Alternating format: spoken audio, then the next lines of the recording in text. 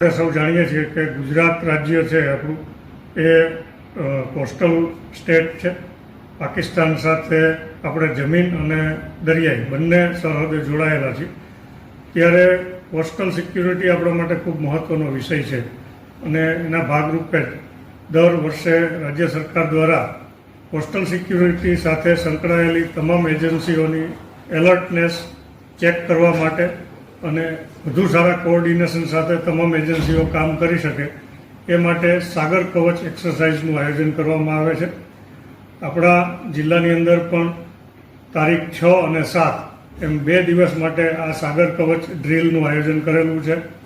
જેમાં સાગર સુરક્ષા coastal security સાથે સંકળાયેલી તમામ એજન્સીઓ જેવી કે Indian navy, coastguard, marine commando, સ્થાનિક પોલીસ, ફિશરીઝ ડિપાર્ટમેન્ટ, આવા તમામ વિભાગો સાથે મળી અને આ એક્સરસાઇઝની અંદર ભાગ લેતા હોય છે.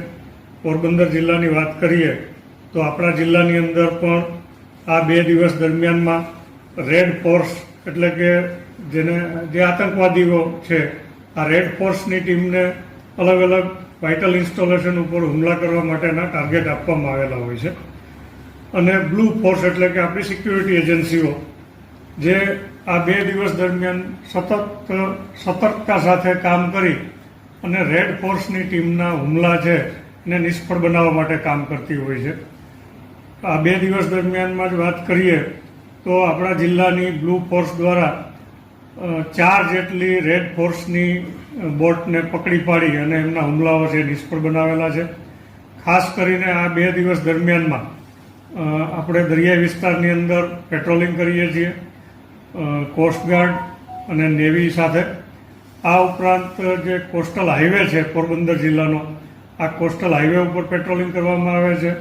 અમારી જે અલગ અલગ ચેકપોસ્ટ છે, લેન્ડિંગ પોઈન્ટ્સ છે, એના ઉપર પણ બંદોબસ્ત ડિપ્લોય કરવામાં આવે છે. આ ઉપરાંત જિલ્લાના જે મહત્ત્વના જે વાઇટલ ઇન્સ્ટોલેશન છે એ વાઇટલ ઇન્સ્ટોલેશનની સુરક્ષા માટે પણ પોલીસનું ડિપ્લોયમેન્ટ કરવામાં આવે છે. એટલે ખાસ કરીને આ એક્સરસાઇઝ દરમિયાન અલગ અલગ એજન્સીઓ વચ્ચે બેટર કોઓર્ડિનેશનથી કઈ રીતના કાર્યવાહી થઈ શકે આ એનો મુખ્ય ઉદ્દેશ્ય છે. અને સાથે સાથે તમામ એજન્સીઓની સતર્કતા કેટલી છે અને એની અંદર હજી વધારે સુધારો કઈ રીતના થઈ શકે આ એનો મુખ્ય ઉદ્દેશ્ય છે. અને મને આશા છે કે આ 2 દિવસ દરમિયાનમાં તમામ એજન્સીઓ ખૂબ સારા કોઓર્ડિનેશન સાથે કામ કરી રહી છે અને કોસ્ટલ સિક્યુરિટી છે એ એન્શ્યોર કરવા માટે તમામ એજન્સીઓ છે એક સાથે મળીને કામ કરે છે.